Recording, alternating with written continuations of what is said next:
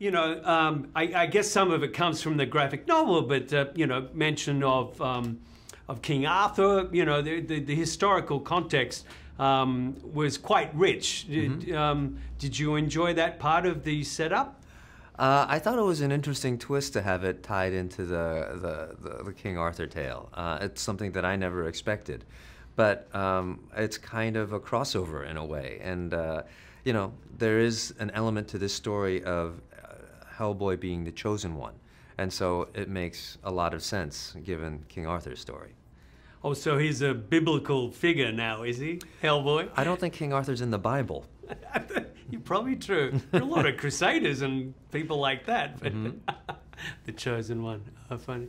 How important was it for you guys, this crew, to distinguish itself from the prior films and in your character? How you sought to distinguish him. I think it was important for the director and the producers to make their mark this second time around, and I think that's why they decided to go for an R rating. It gave them a freedom to explore the darkness and the violence and the edgy humor that was in the comic books. So in that way, I think it distinguished itself. Right.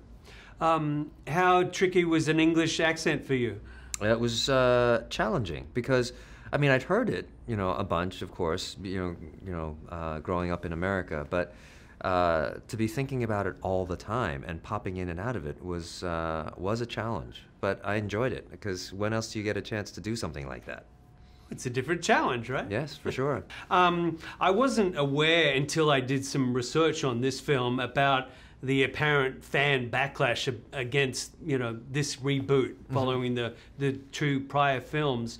How did that affect you and the crew at all in terms of your approach to this the reboot and your character?